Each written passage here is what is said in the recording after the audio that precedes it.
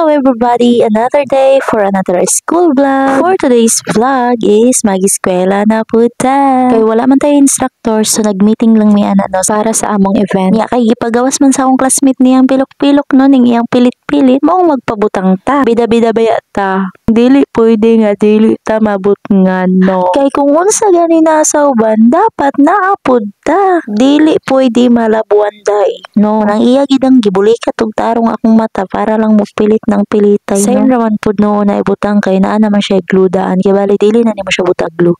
Glue free kay bali. Uy, tapos mauto kay tagaw-tagaw man ta nga pagkapilingon, murag na ini taklob sa atong mata. Tapos digid na mawala na atong classmate nga sundog-sundog ko na tong reaksyon, tanawa ra gud na. Sige ra, happy feel ta man sab mo. Sana ako. Tapos iya na pud dayang gidayon nagpilitan na akong pikas mata.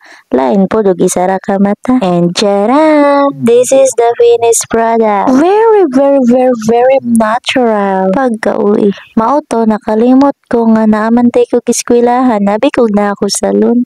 Huy! Kaway ba? Gibulikat ko ginagtarong-tarong akong mata day kay murag siya gitakloban, murag na yan sa ibabaw sa pilok day. Lisod yun yung tagaw-tagaw tagamay ay. So fast forward mga day, pauli namin no, excited kayo mag-uli. Why na sabtan sa meeting?